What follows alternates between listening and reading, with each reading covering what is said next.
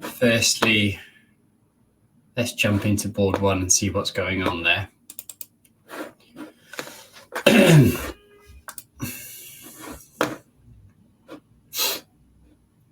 Check this technology is working. Right, so I don't want to see the evaluation lines. I'm gonna sort of I'm gonna close that down so that we're not cheating. And we'll go from the start. Let's sort of catch this game up from the start. So white went e4, g6, modern defense, d4 capturing the center, bishop g7 developing as normal, and we go for the 3 pawns attack as white. So he's not happy with a quiet game with white. Half a point lead in the tournament. Sometimes these games end in a quick draw, and this is sort of a signal maybe that he's going to be going for it, which will make for an interesting game. f6, c3, f3. So these all normal developing moves. Castling, bishop d3, knight a6.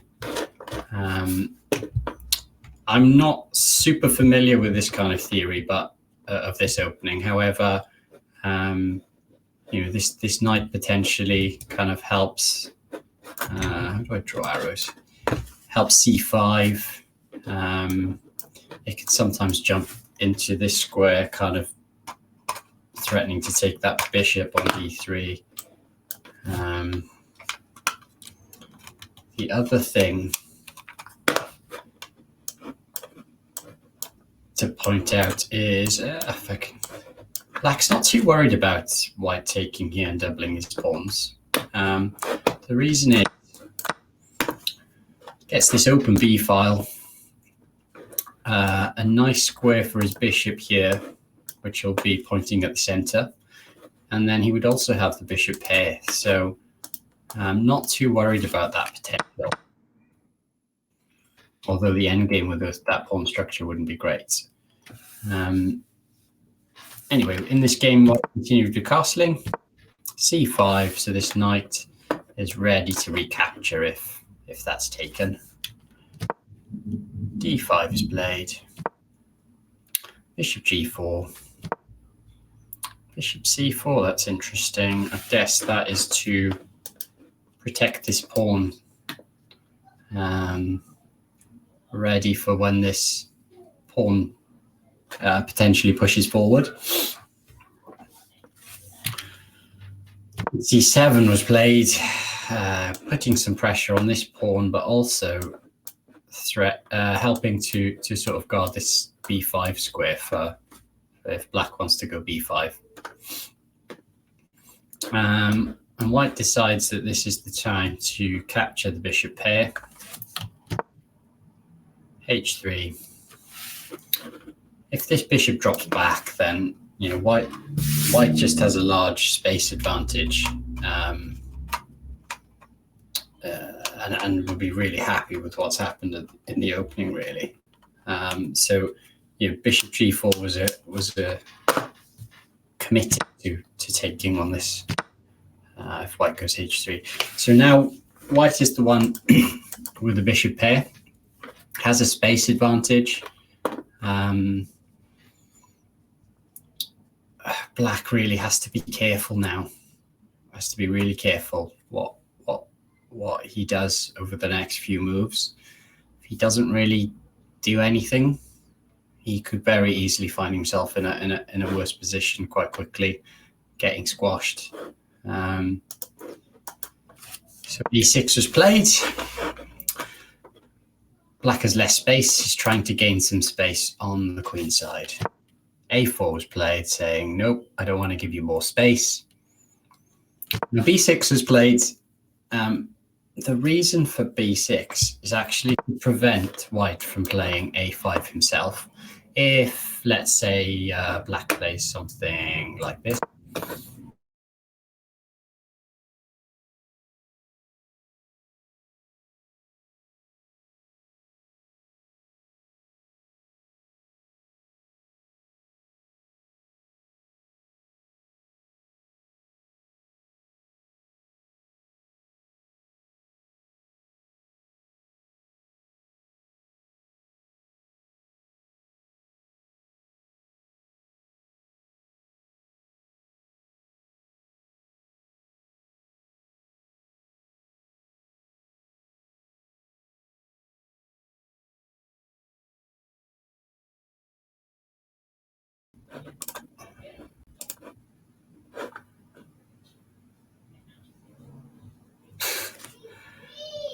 What is going on here?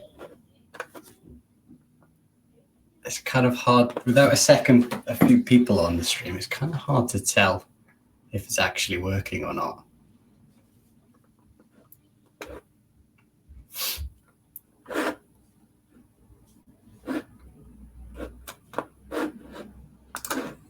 So knight b6 could sort of then be coming. Oops. So anyway, black plays b6. The idea is to stop a5, and then eventually he will set up b5 by playing rook b8, maybe even queen d7, and then b5, trying to gain some space on the side.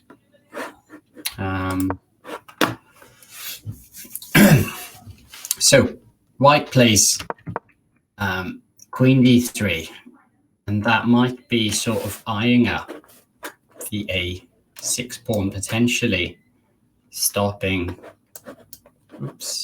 black from playing rook b8. If he plays rook b8, then I'll be able to capture this pawn.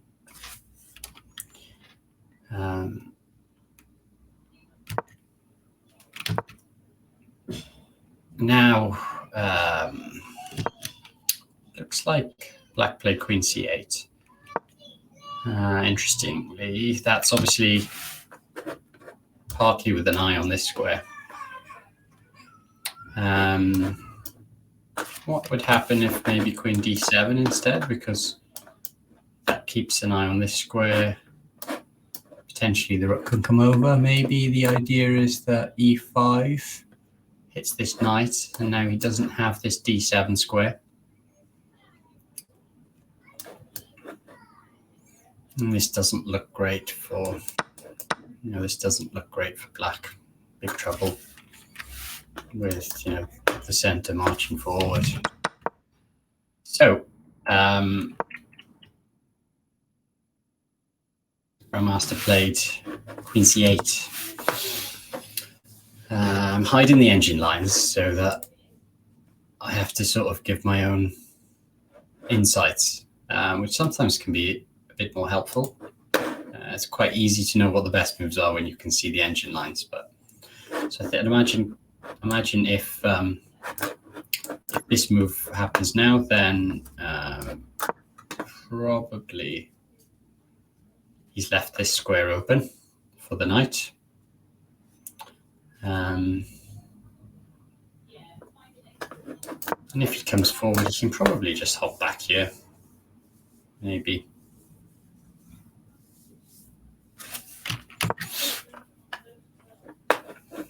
And we'll even take it first. And this doesn't look too bad. This square is not defended so well, so maybe the other thing to consider is something like this. How is black defending this pawn? I guess you can come here.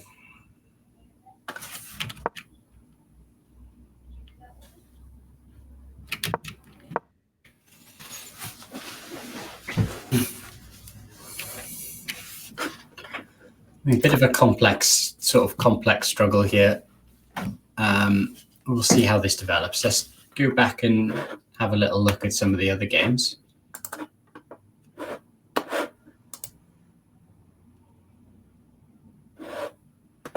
Pawn 2.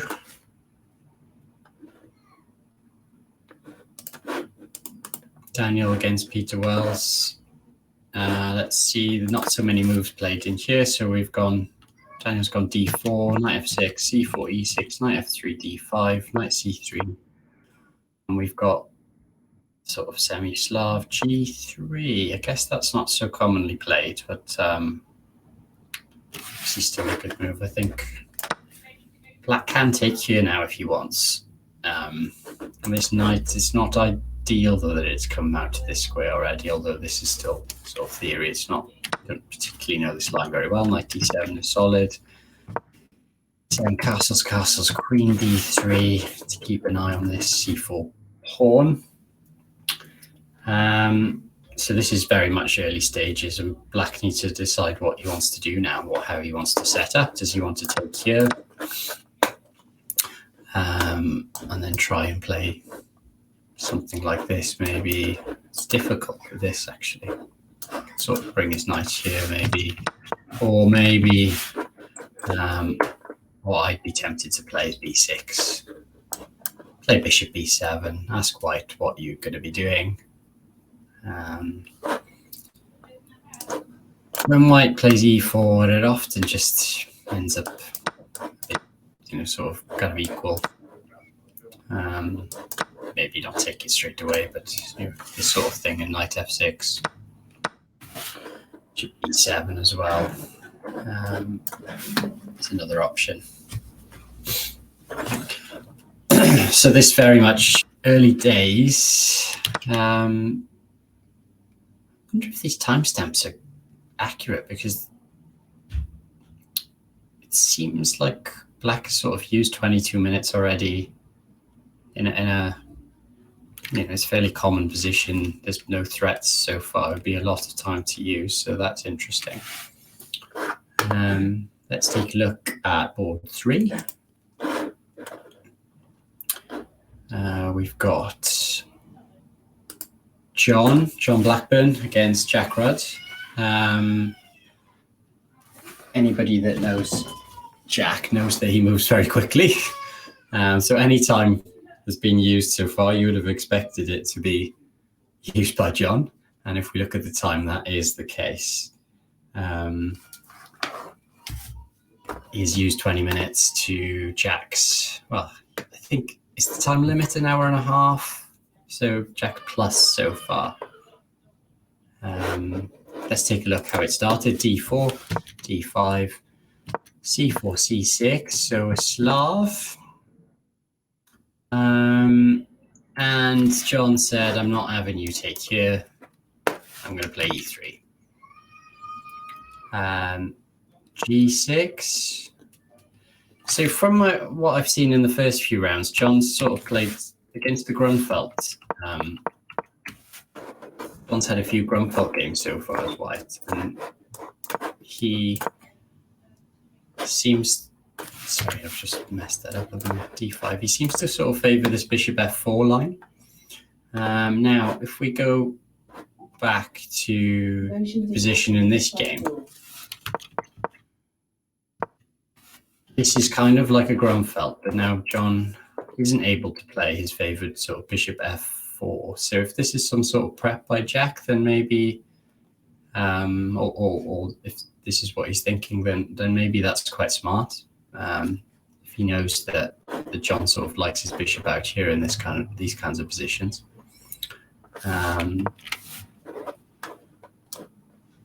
Obviously, there's lots of potential moves here. There's this sort of e6, a6, g6 is a move, bishop f5 even potentially. But anyway, g6, knight f3, normal developing move, bishop g7, bishop e2.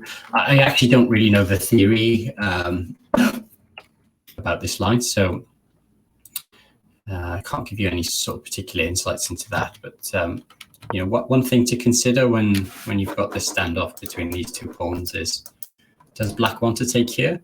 If he does want to take at some point, then sometimes you try to find delaying moves before moving the bishop, so that you can take back here in one go. Or if you do at some point want to play b3, then play it first, and then you could potentially take back with the pawn. But anyway, this might be some sort of theory. I don't know. Castles all seems natural. Knight d7, all very good developing moves. I think white's the question for white now is what you want to do with this guy. Because of this e3 pawn, he doesn't really have a very happy home. He'd love to be sitting outside the pawn chain here. So the next question is, do you want to be playing b3, bishop b2? It's kind of not the most super ambitious setup with white, really. I guess another thing that you potentially could be doing is playing b4, and then sort of trying to undermine black center with b5. But John decided to take on d5, and c takes. I don't think that this is going to be a great move. You can probably just sort of allow this bishop to be free now. So takes queen here. I don't know if it doesn't tell me how much time he's used at different times, so it'd just be interesting to know when he was out of book. So queen b3. He kind of decided that this was not the path that he wanted the bishop to take, and decided to try and go after this pawn. Now, if he can force black to play e6, then that means that this bishop also is not too happy. Would love to be outside the pawn chain, probably. If you can force black to reply with e6, then yeah, he's going to be inside that pawn chain too. Black played e6. I don't know if that was possible to potentially allow the bishop out. Maybe a4 is a problem, because a5 is just going to be gaining a lot of space, and if you do play something like this, then the b7 pawn is not protected, d5 pawn also not protected. So maybe it just doesn't work sort of tactically to defend this pawn on d5 in any other way. So e6. And now, interestingly, John moves his white bishop for a second time. Bishop d3. Interesting. I can see that potentially that's to stop this knight from coming into e4.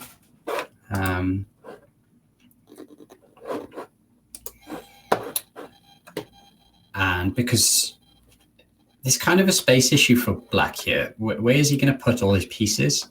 This knight is in the way of this bishop, and this knight is in the way of this knight. So if he can play knight e4, followed by knight f6, then that sort of frees him up a little bit. So I can see why, although when we don't want to be moving the same piece twice in the opening, I can totally see why John played this bishop d3 move, stops knight e4.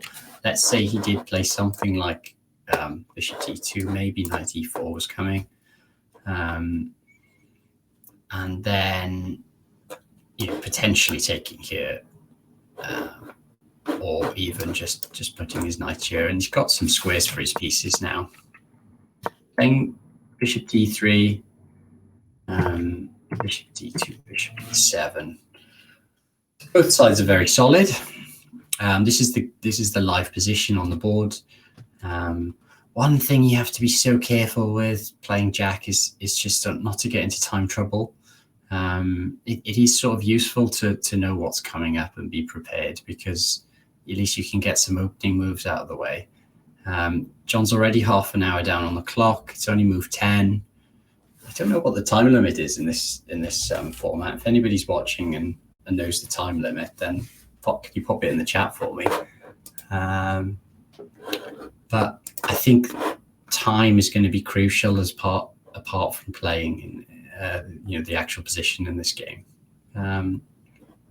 Who would I rather be? I'd rather be white here, not by miles, but white's pieces are on. I mean, I would just love for this bishop to be on f4. If it was on f4, I think white would have a really nice position. This is the only piece that's really not super happy. What can we do to improve it? Can we put it on b4 maybe? I'm thinking maybe, thinking of trying to make things like this work. Knight b5, eyeing up the d6 square, and then potentially bishop b4 comes with a tempo on the rook. So these sort of things tactically probably going through John's mind now. The other thing is where do these rooks want to go? There is an open file. Which one of them wants to come to this open file? I think I'm kind of tempted by this F rook, because I can see maybe A4 and A5 happening. This bishop is undefended, and therefore A5 sort of takes advantage of the pin on this pawn. And if it can get to A6, then, you know, there's a real space advantage on that side, which white can take advantage of. So I think sort of candidate moves in this position. I'm thinking knight b5. I'm thinking rook f, c1, or I'm thinking a4. During the game, you probably calculate knight b5 first because it's kind of the most forcing. It sort of comes with threats. It at least comes with the threat of if you had a second move, for example, just h6, then you can. That is a threat because now the rook is only got one square to go to, and knight d6 forks the rook and the bishop. So I would calculate knight b5 first. There is a threat to deal with. So how does he deal with this threat? If we play a6 in,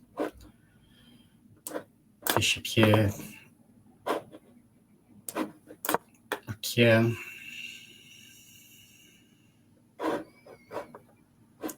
so the bishop is on pre, queen here attacks this, defends this. The eval bar loves white here, so so I'm cheating. I know there must be something because the eval bar loves it.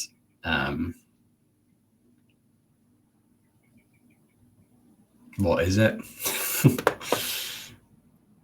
Off the top of my head, I don't know if I can get away with that. It hates this move. Back to equal. I was kind of thinking if he takes, then at least this is defended. Or if he takes here, rook here, and this looks really nice for white. But there is something much nicer. What is it? Is it just defending the knight? Yeah, I mean, I do have threats now of just sort of doubling on, you know, on this guy. So it's not a6.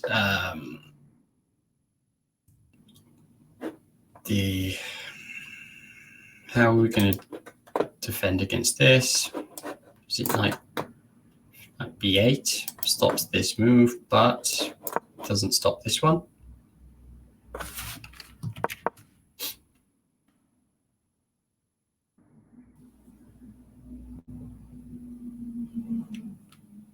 Have moves actually been played? So knight b5 and then knight e4 was played.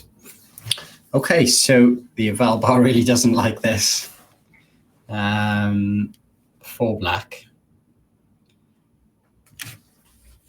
And it doesn't look right to me either. But knight b5 looks like it was a difficult move to deal with. If we look at the evaluation bar, it says that actually there must have been a decent move for black there. I'm sure if we had a look a little bit longer, we probably would find it, I think. But to me, this looks strong. This looks really strong. Oh, and John played it, and we get an exclamation mark from the engine. It really does look strong. There must be something tactical here. There's obviously bishop takes, pawn takes. It's possible to put this knight in, or just wait a move.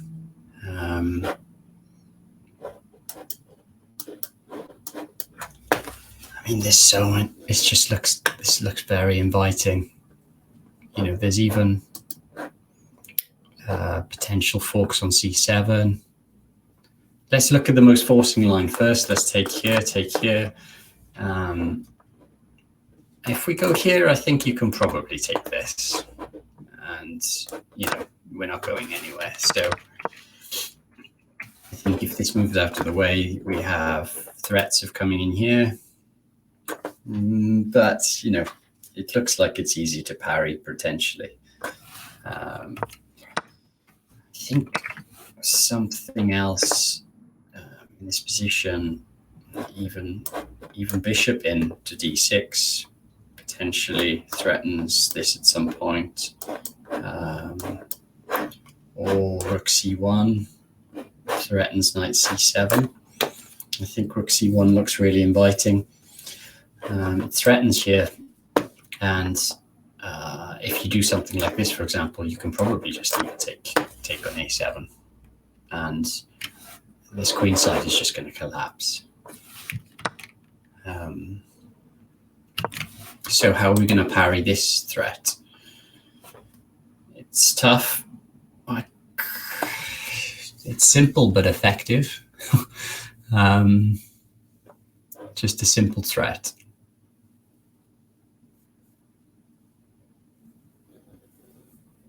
I don't see it. I don't see anything. I didn't see anything obvious.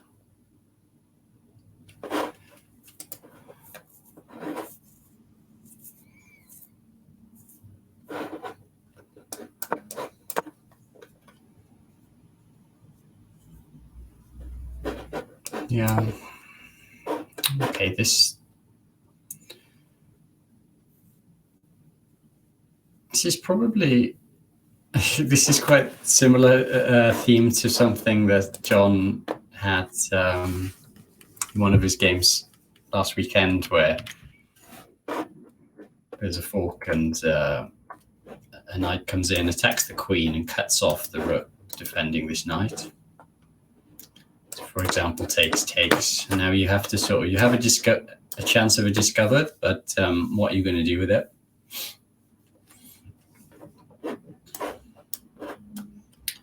So something along the lines of here, stops the queen coming. Doesn't really do much, does it?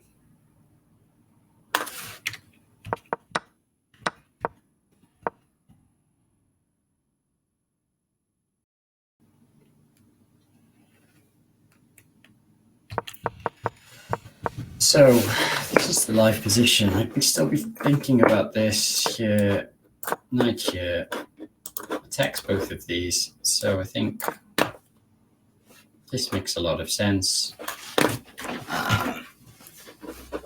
And I think you do have to take it. So can you take with this and do something? Actually, I can't see a way of taking advantage of that. So if takes, and if this bishop wasn't there, then you could do something attacking this, but I can't see it. Can we? Okay, let's try and do something with this discovered.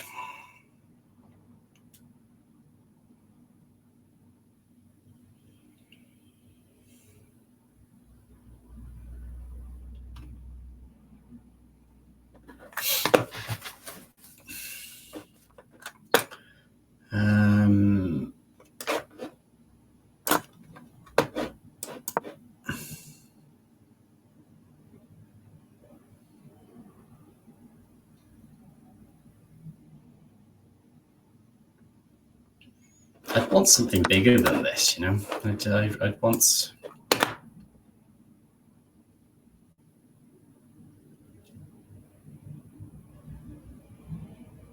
I think white is better here, but I don't know. I just kind of felt that there was something a bit stronger. you'll sort of gain control of the C file, which is the only file that's open. And in this kind of structure, it's often enough to have a decent size advantage, but it just kind of felt like there was something more there. I can't see it. I think we have a move. It wasn't this rook, it was the F rook. It's often a question when you have an open file, which rook do you want to put onto it? And in this case, John had two options, the A rook or the F rook. For me, the reason that I kind of intuitively would prefer this one is that if there is ever a sort of two rooks opposing each other, then tactically, if the rooks were to be swapped off, then, for example, I know that it's not possible because it's taking here, but at least this rook takes rook is now check, and that means that there's no possibility of an intermezzo move potentially tactically winning something. I can't think what would the relevance be in this position, but sometimes that happens where you can just do an in-between move before taking the rook back, and it wins you something. So therefore, if I was to be moving this rook across, knowing that tactically potentially it could be useful that with this rook being here, that rook takes rook is not check, I want to justify that positionally. And the only justification positionally is if John's intending to push this pawn, which is actually a very reasonable plan. I can totally see that happening. The line that we just calculated is probably similar. So if Jack goes A6, if John pops his knight in here, then Jack can play knight C5. And it's very similar to what we looked at. I don't know if there's any difference with the rooks. So if I take,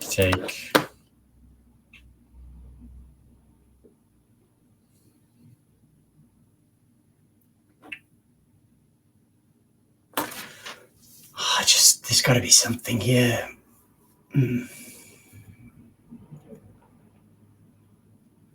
I really want to get my bishop onto this diagonal somehow. Is it stupid to come around here and play this? I just really want my bishop on this diagonal.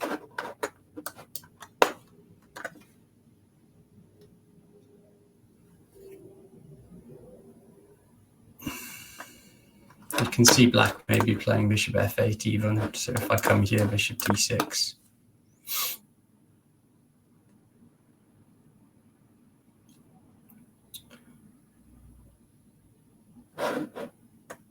And I don't know if it makes a big difference which rook is where. This doesn't feel right to me. Not quite, at least. Because a5 just gets met with b5, and I'm giving this b4 square away. So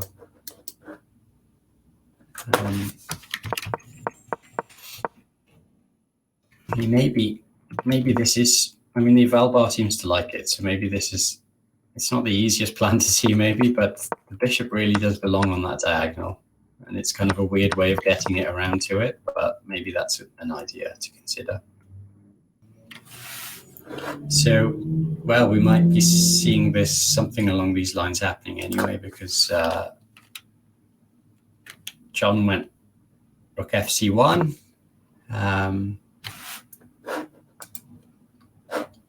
Jack went a6. So I guess this is almost forced. So we've looked at this knight coming back, but what about this one? Doesn't kind of feel right. We're losing this pawn, so okay. So this is almost kind of forced now. I think this is forced, otherwise he's in trouble, big trouble. This move makes a lot of sense. I think that's the best move. Queen takes is forced. So now John needs to find a good a good move in this position. I think this bishop is, if it was on this diagonal, it's better than this bishop, so I don't want to be swapping it off. Even though it leaves a lot of black squared holes around the king, the game is happening on the queen side, so I think I don't want to be playing bishop f8.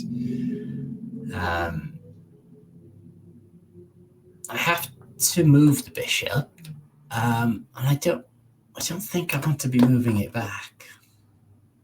Or do I? Maybe if bishop b4, then queen b8.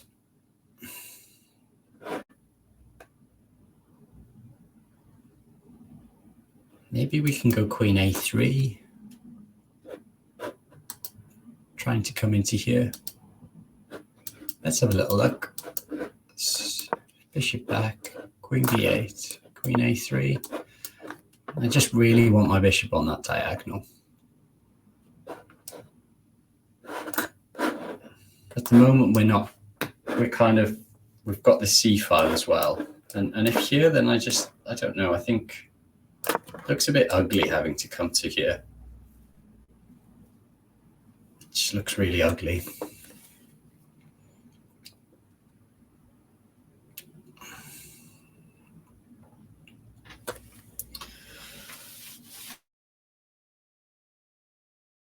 I think sometimes, I mean, winning the c file, you consider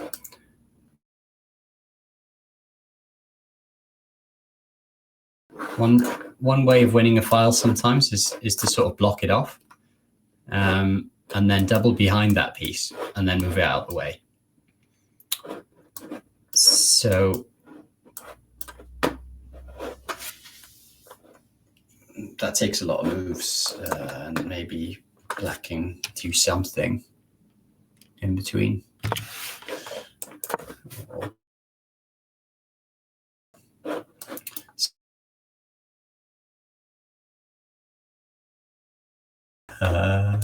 A5, bishop here, hates that. Is that just a clever?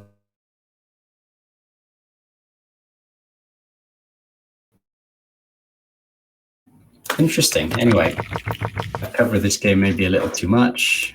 We're up to date in this position. Black's got a really large time advantage. But this is the key position now. I mean, to be honest, if I was John, I would just play knight c7 fairly quickly and think later to use a decent chunk of time and just I'm really hoping this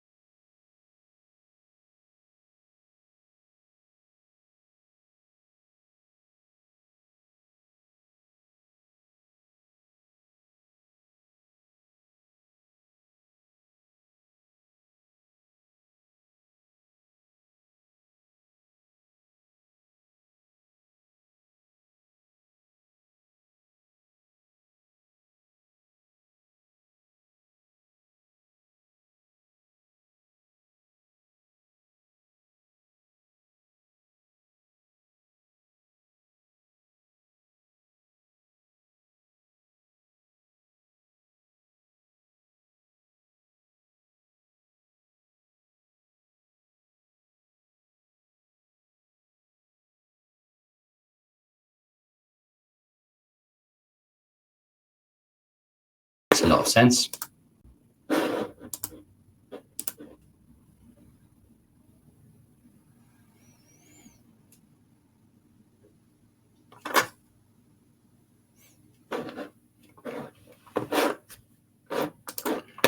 Okay, let's have a look at one of the other games.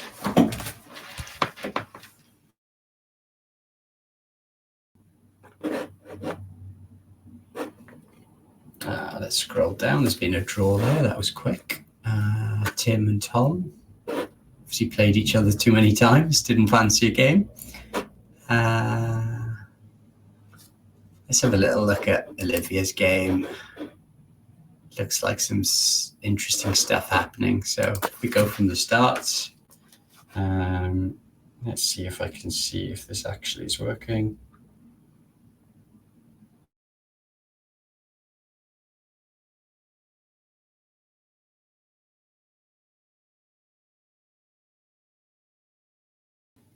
Right, okay.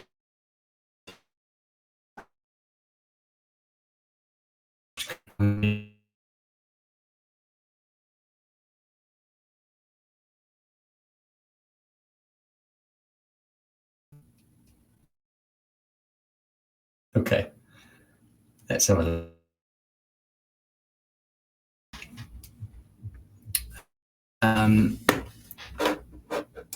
E4, C6. Didn't know Liv was a Caro-Kann player. Exchange, Caro-Kann. I like this one. I like this pawn structure better, but this is a fine choice still. Bishop F4, G5. I have not seen that move before. It looks... I mean, I'd imagine that you don't play a move like that unless you know it. It looks ugly. It looks really ugly. Positionally, it looks ugly. It gives away these squares. But, you know, you don't play a move like that unless you know it. So,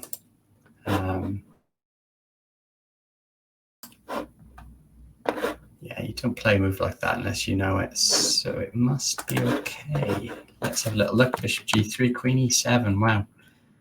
These are kind of like not natural moves, and therefore you just know that they must be prepared.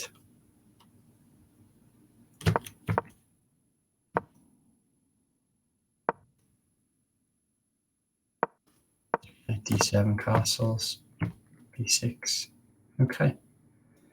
Wow, what's going on here then? So,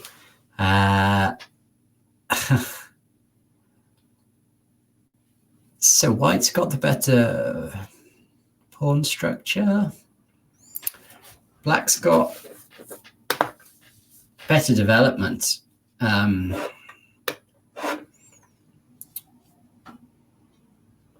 Where's Black's king going to go? It kind of looks semi-safe here, but I really don't like this bishop kind of pointing at it. I don't like it on that side because, you know, sort of H4 or F4 kind of opens it up, and I really don't like it in the center. So a little bit worried about that king, although these pieces are in a bit of a mess. Like, where are they? How are they getting out? Where are they going? This knight only has one possible move, and I can see it potentially coming, you know, out this way, but that takes ages, and it's not incredible when it gets there. You know, it's not doing incredible things. So to spend so many moves, not ideal. This bishop, where's this bishop going to go? I guess, like, if we could hop over the queen and play bishop d3, that would be brilliant. But we can't. That's illegal move. So how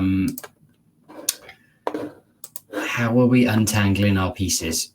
Because something like this runs into this eventually. Maybe not now, but, you know. How are we untangling our pieces as white here?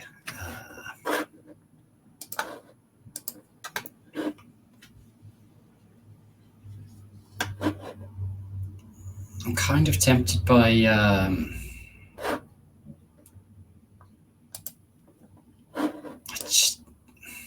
don't really like this move because if you castle kingside, you know, you're sort of on this pin, and then this knight potentially coming in here later as well. But what I do like about it is it clears this e-file potentially for the rook later. Lots of nasty things potentially happening there. But also, I'd really like the square on a5 for the queen. It does two things. It eyes the queen side, but it also eyes the king side. And not that easy to dislodge it from there. And it's kind of just out of the way of all of black's pieces as well. So maybe best of both worlds, we can play queen e1. It stops, you know, if knight here doesn't come with the tempo, and I'm potentially playing queen a5 at some point, not necessarily a next move. And then we can kind of untangle with bishop here, knight here. But at some point, I want to be playing h4 as well. We're swapping this pawn off for this pawn, leaves black's pawn structure in a bit of a mess. But this will be an interesting one, see how this unfolds. So white's probably having a bit of a think here, deciding how to sort of untangle his pieces. Right, let's go back to the top boards and see if there's been any developments. Board one, stuff has been happening. Where do we leave it? We left it at queen c8. So black is signaling that he's going to sort of slowly try and go for b5, I think. Rook b8. Rook b8 next move maybe, and then b5. So white needs to decide if he's going to, well, in this kind of position as white, you either decide that you're going to try, or you're going to just use your space advantage and your bishop pair potentially right now and go for the kill. And it looks like with f5, white decided that he's going to go for it. Positionally, not ideal, because it's giving away this potentially very important square. So if you're going to be giving away, you're essentially sacrificing that square now for the rest of the game. No white pawn can attack this ever again. This dark square, the only thing that might potentially challenge a knight that sits on e5 later. So it's really important if you're going to play a committal move like f5 that you've really worked out what you're doing, because if black parks a knight or a piece on this square, it's so central, it could dominate the rest of the game. So positionally, that is a sacrifice. And what's going for it, though, is that it cuts defense, stops this queen sort of coming over here easily, stops things, it's gaining more space as well.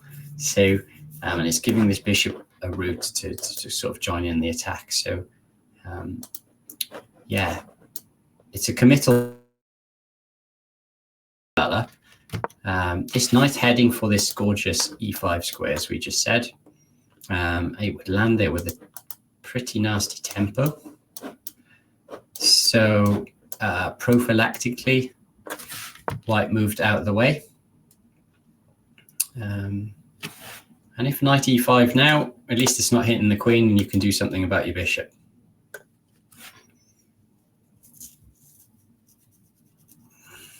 What would he do about his bishop? I don't know. That move was not played, so 8 was played.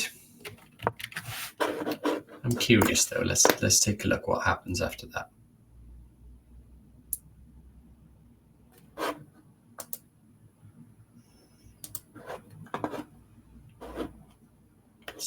You can't really come back this way because c4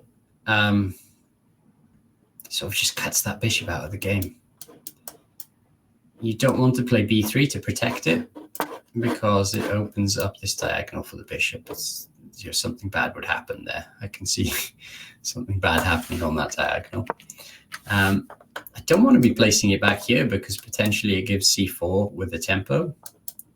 Therefore, bishop e2 is sort of your only choice. It's not the best square for it, but at least eyeing this side, it's still helping out with the b5 square at least. And now I guess, White's idea is just to go queen here, bishop here, and potentially rook f4 and h4, or this rook coming over and just simply going for the kill. Anyway, that didn't happen. 98, queen h4, bishop f6. Oh, this is interesting. Are they just agreeing a draw?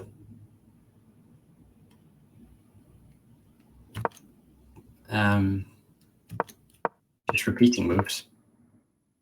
I think that's basically a draw offer, so interesting. Because this looks like such a fighting position. It's like, White has said, I'm going to go for it. And then at the first opportunity, it's offered the moves to be repeated. So I guess this one is going to end in a draw fairly soon, unless Black fancies going for the win. But, White has a little advantage here, probably. Maybe not much, but at least something. And I think at least something. And I think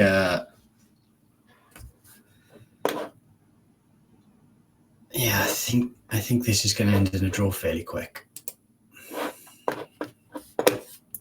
Okay, if we go to board 2, lots has happened there. Where did we leave it? We left it with queen d3 and Black deciding how he was going to set up.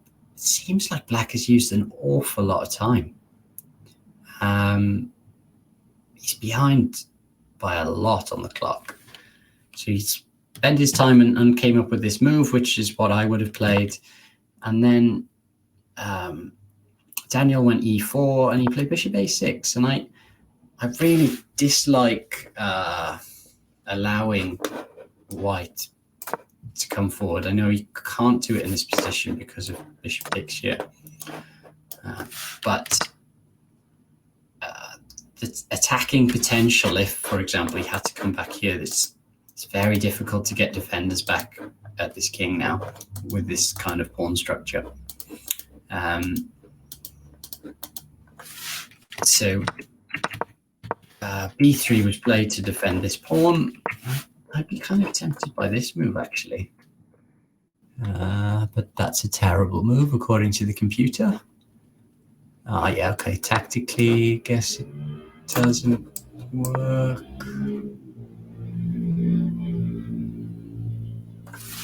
Let's see, it's actually this move, isn't it?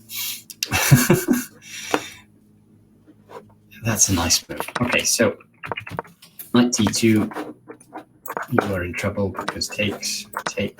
There's a pin here. So knight here exposes that. If takes, you take here. Takes, queen drops this way. So b3 was forced. Took on e4, not allowing that pawn push, which is just unpleasant. Takes, take, and then b5. Okay. I don't like this way of playing for Black, to be honest. I just it looks kind of active, but maybe not in the right way. But I'm not a grandmaster with lots of experience, so I would have been very much tempted to just take here, bishop d7, b7, and then ask White, what are you doing? Potentially swapping this off later and then going for one of these pawn breaks.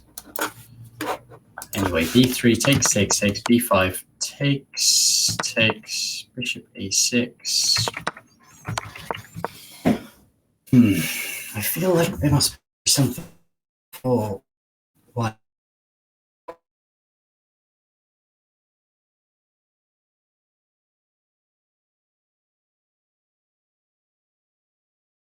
Just developing.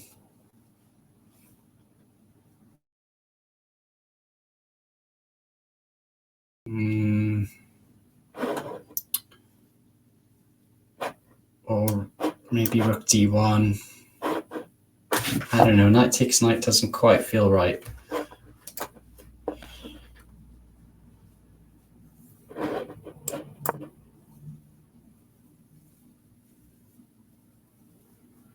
This pawn's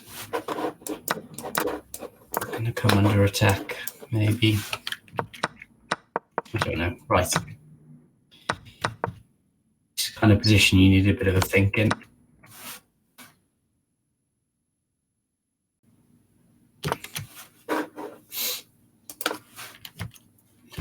And so this all happens. Takes, rook e8. And now we have an interesting position, and Daniel as white has got a big, if the timestamps are correct, he's got a big time advantage. What will he do with it? This is ideal, like just to have a nice think in this position. Use that time advantage and just work out what you're doing. So white has definitely got a bit of an edge, but it can disappear quickly. This bishop is nice. This bishop is potentially very nice. These rooks could do with a home, and this queen is a bit exposed. So what are we going to do? Black has some threats, potentially something like this, attacking this pawn. E5 potentially as well. There's a way of getting sort of equality of e5. If everything gets taken off, it ends up fairly equal, although this pawn is weak.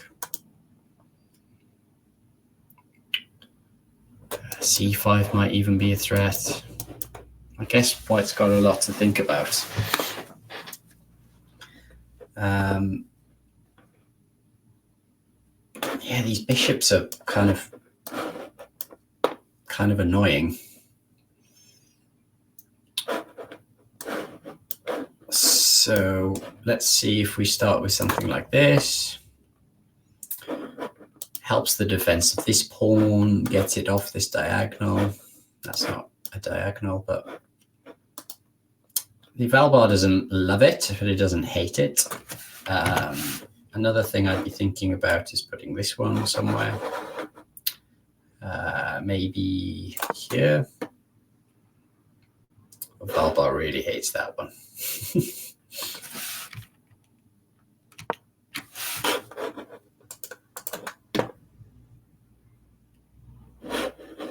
Interesting. Okay.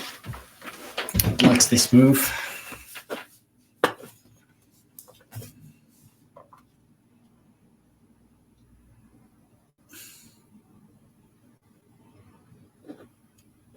Makes sense. He gets it off this diagonal and onto an open file. It's just a bit of calculation to do here, really, for white. I think he'll have a nice think and then come up with a plan. But nice position to be in. Let's go back and visit John's game. John Blackburn, see how he's getting on. Lots probably has happened since. Let's have a look. Where do we leave it? Bishop b4. Okay, he decided to go into d6. Yeah, okay, that makes a lot of sense. I was saying about how I wanted my bishop on this diagonal, and rather than going into c7 and sort of tactically not making that work, then I guess there we go. now on this diagonal. Why didn't I think of that?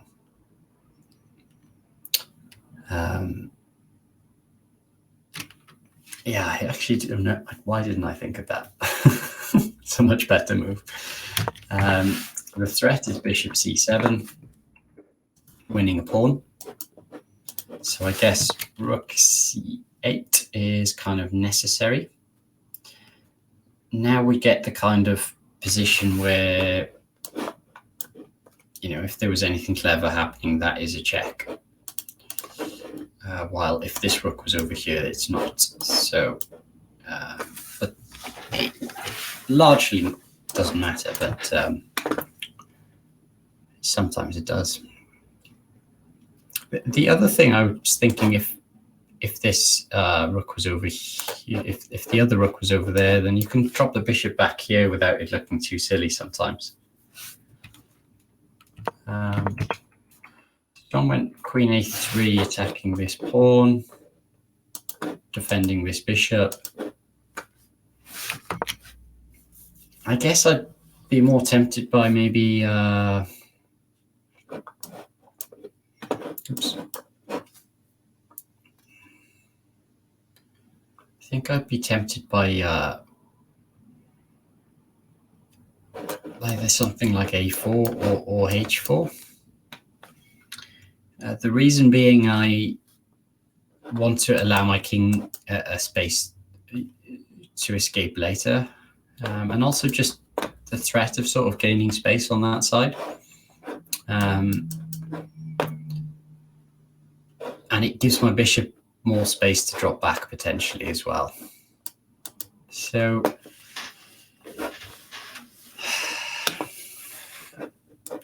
anyway, queen a3 happens, b5.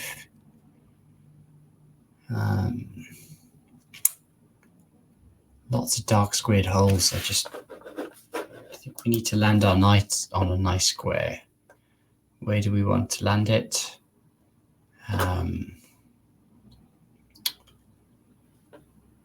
Somewhere like this, maybe.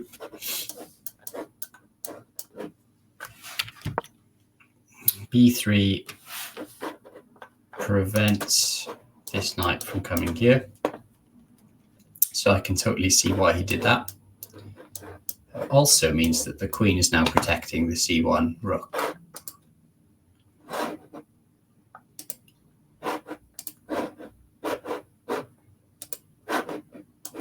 Should that be needed later. Queen b6. Bishop b4. I really like this diagonal for that bishop, so I'm not keen on that move. I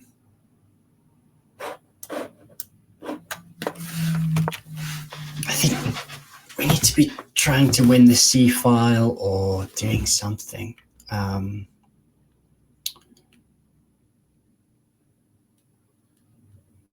Otherwise, we're going to sort of drift. Something needs to happen now, or we're going to be drifting into equality.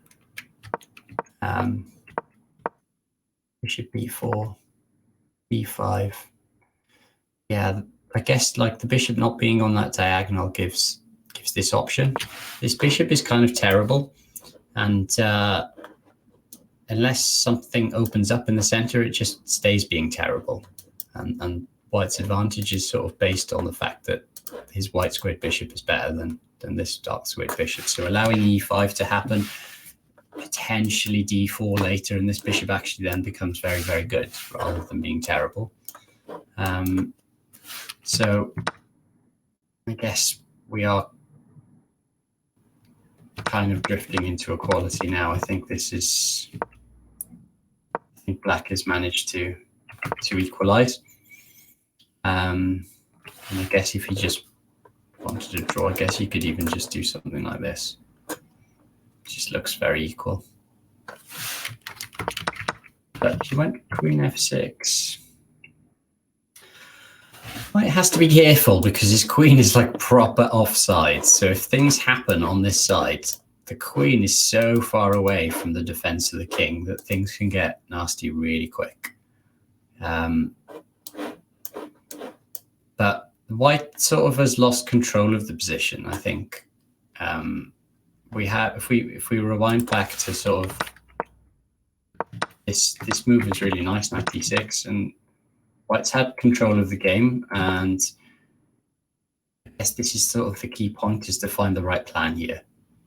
I don't know what that plan is, but I would have been really tempted by h4. This is the kind of position you need to sit down and just have a think about what you're going to do. I'd be interested to see what the computer thinks. Let's see what it thinks of h4. Oh, we didn't hate it. So what would do something like this, and then a4.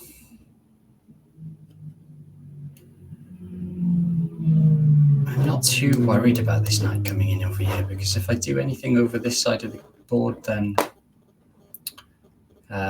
this knight can be a little offside here.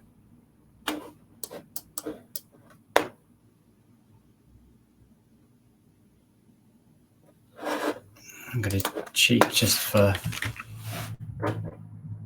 time's sake, but anyway,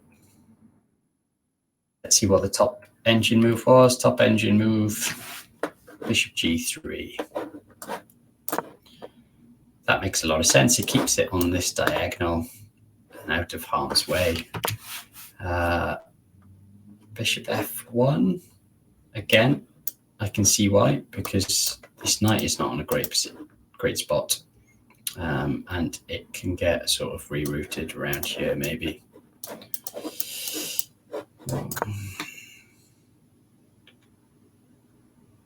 It's kind of weird. It doesn't give h4 as its any of its top 3 moves, and then I play it and it says, yeah, I don't mind that. Kind of likes it. e5 being black's best move. It's kind of provoking that. But White's in a better position to sort of deal with it now. Bishop takes. Knight takes e5, takes. Yeah, if everything gets taken off, then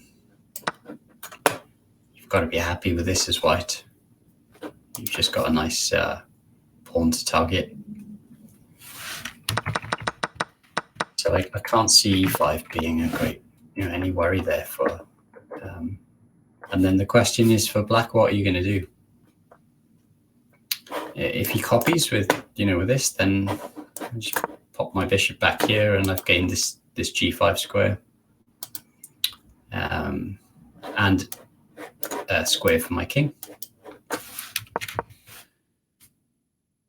And if he does anything else, then he's sort of committing. b5 falls into a4. So I think this probably was the key point where things, where White lost control. It's kind of weird that the computer really doesn't like my move until I play it. Anyway.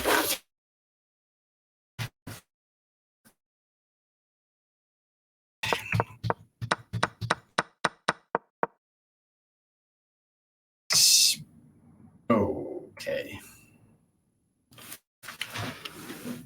Computer gives that a big X. It doesn't like it. And probably for the reasons that I kind of outlined, where essentially black can sort of get an attack going now. Everything is lined up against this king. All of black's pieces are on this side of the board, and main woman.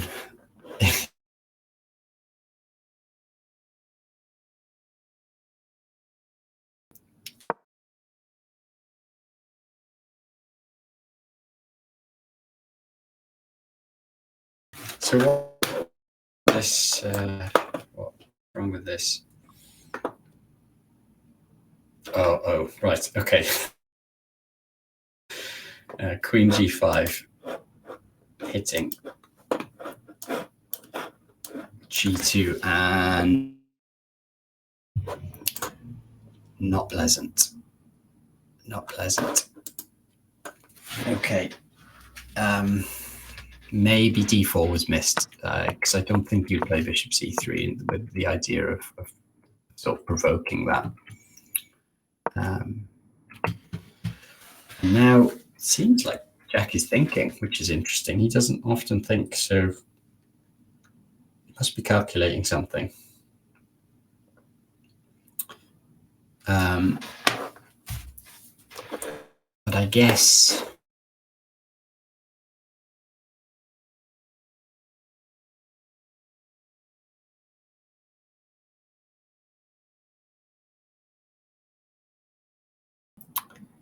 there may be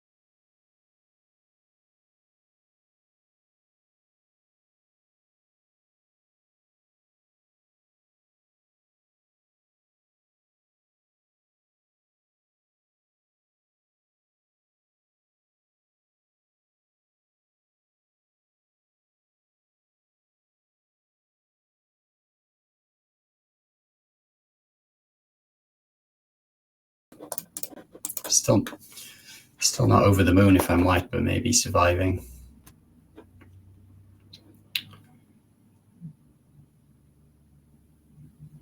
Okay. Let's go take a look at one of the other games. Yep.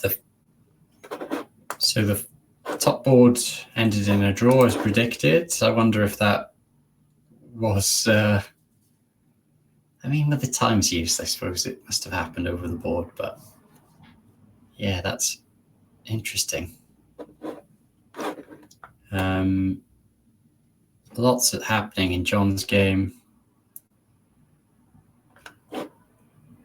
This game, board 4 is kicked off. Where do we leave it? We left it here where I said I'd kind of fancy black.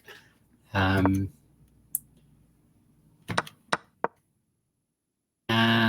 I would expect white to sort of take over the king side now.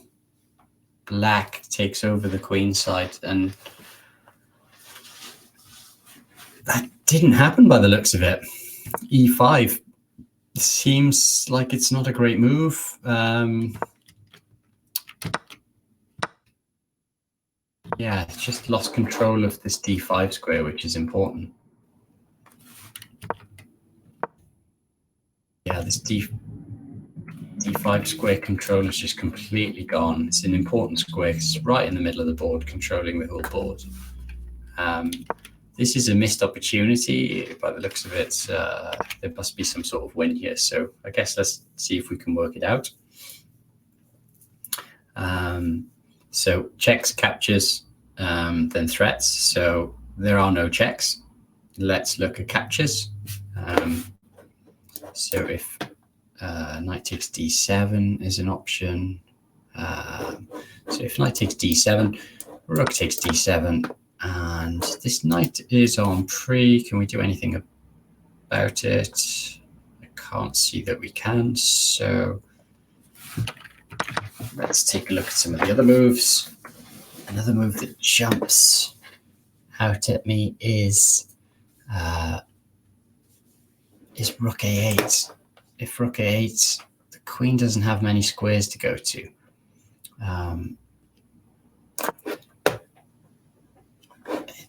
If here, then the knight coming here is going to be unpleasant. So it has to be b7. And then it's kind of on this diagonal. So can we do something about that?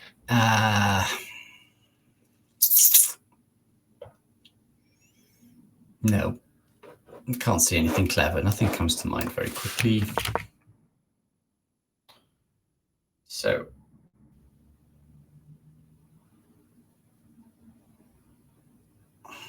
what is the killer move here?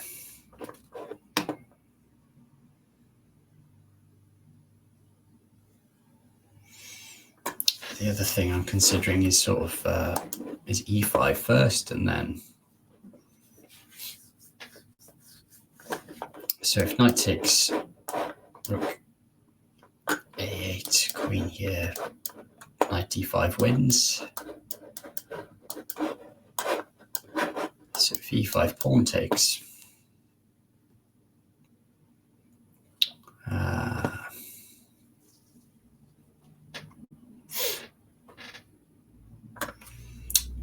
then knight takes d7, rook takes d7, bishop takes here with a tempo. So I guess e5 potentially doesn't really threaten an awful lot though. Let's cheat, see what the engine move is. Oh, it's e5. Yeah, it's just a tricky threat to deal with, this knight takes d7 now, combined with rook a8 winning the queen. So yeah, this is kind of the thought process of how you come up with these moves. Like, so finding that probably, fairly difficult engine move, e5, is not super obvious. You've got lots of tempting moves. So that thought process is sort of how you'd come about it. So the second best move was played. And white is doing like very well here. It's not as well as if e5 was played, but yeah, I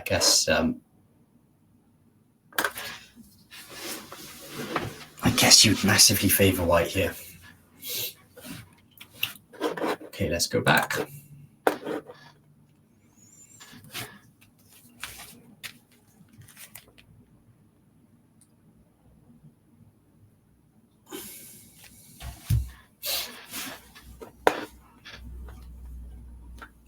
Anything else interesting? I guess we looked at that Olivia game. Let's see what happened. A lot has happened. So we left it here. Knight h3 was played, which is given a question mark by the engine. Yeah, it doesn't feel right. As I said, this kind of plan takes a long time, and still that leaves white kind of quite undeveloped. So I didn't really like that. So I think h5 interesting. I guess the idea is if knight here now, actually it embarrasses white because gets rid of all the squares for that bishop. So bishop e1 is played, and now taking on h3. Both sides have got terrible pawns on this side of the board now, but actually black's ones are sort of marginally better at least. Let's see if there's anything better here. I'd be kind of now this bishop is not on this diagonal. I'd probably be tempted to sort of castle and sort of try and tuck my king away in this corner. It was kind of like dangerous looking when the bishop was on this square, but after h5, which looked a really good move, it's gotten rid of this bishop, and this king looks like a lot safer now. I was kind of worried for black's king in this position, but after knight h3, h5, the king looks like it can sort of safely tuck itself away over there.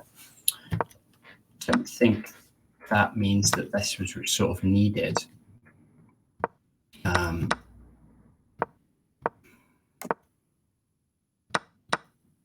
Okay.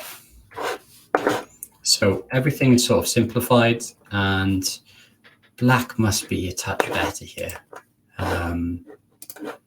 The reason I say that is because the pawn structure, it's kind of an unusual pawn structure.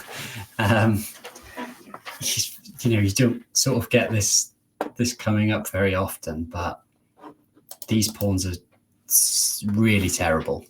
And this one on h2 is on a black square, targeted by this bishop, which ties this rook down to its defense, which then sort of limits the activities of the rook. And therefore, it's not going to be able to fight for this e-file as well as it could otherwise. If we just pop this pawn on g3 or g2, then white is going to be better, because you could play sort of h3 yourself, and this rook could fight for the e-file.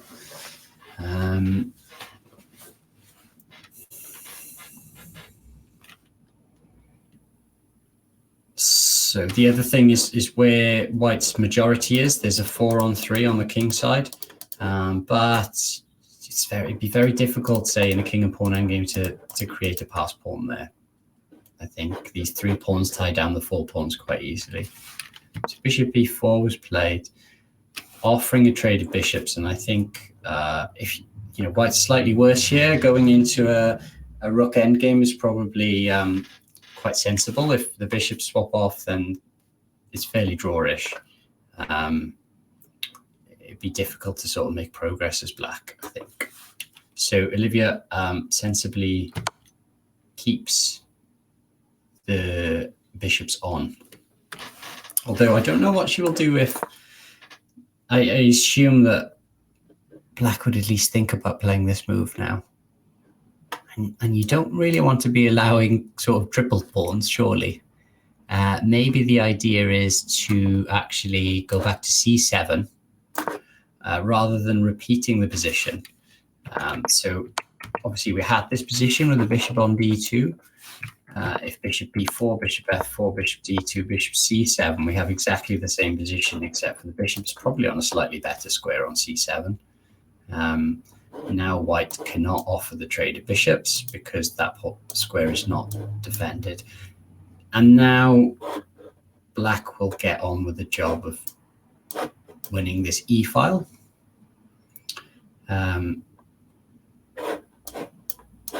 Yeah, maybe even, I mean, if I was white here, I'd be thinking about potentially sacrificing a pawn by going h4. because at least, I mean, the problem is it gives an entry square on g3, but at least you kind of allow this rook to do something now. Maybe a better way of sacrificing a pawn would be f4. Or even just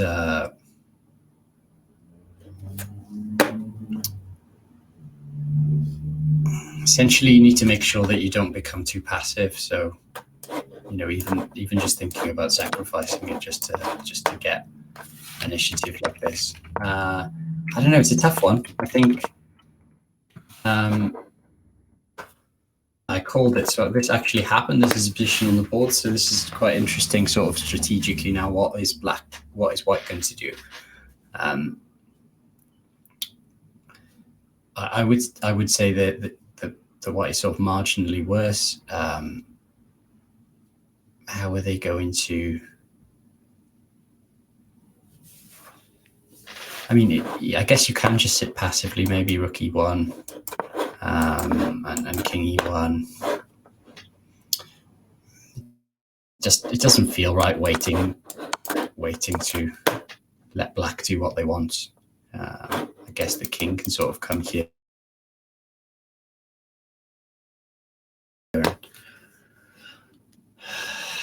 Yeah, it's kind of unpleasant. I wouldn't want to be white here. So I guess we'll leave this for now and we'll see how it develops. If you go back, I'm going to have a quick check to see if there are any major updates and then take a little break.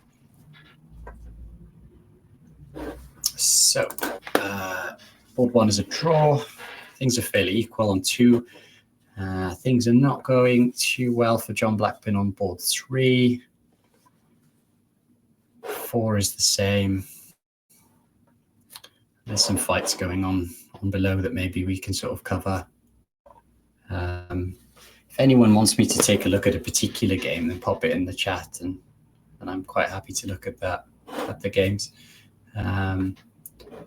Maybe we'll have a quick look and see what's going on in James Thomas's game against Peter Marashenko. I know Peter very well. I did. I've never had any regular coaching, but Peter, when I was really young, like sort of 10, 11, 12, when there were international tournaments, he often would stay at our house.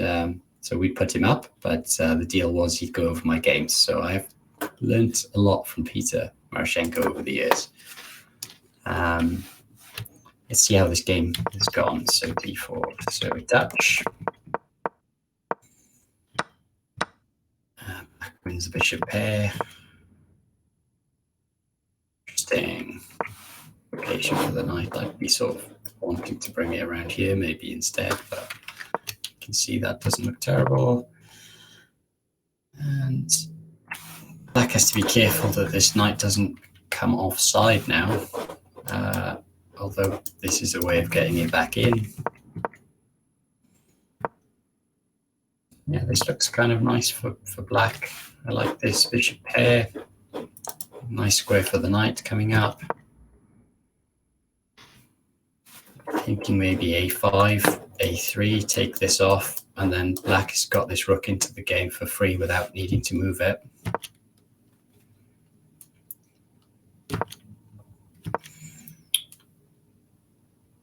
Okay, so now if I was white, I'd be thinking I kind of want to park my knight on this square because it's difficult to challenge it, and it's going to be supporting my center, but also challenging this pawn over here. Potentially, if anything happens on the king's side, it's sort of keeping an eye on that there as well. So I think that's what Peter did. Although he chose this square instead, which also looks very good. Potentially eyeing up these squares. And James decided that knight's too good, it's got to go.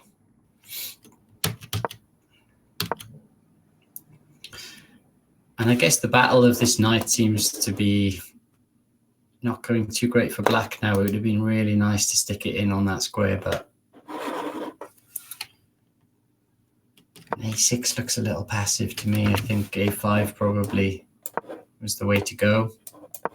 I can really see this rook potentially coming down here at some point, eyeing up the king side.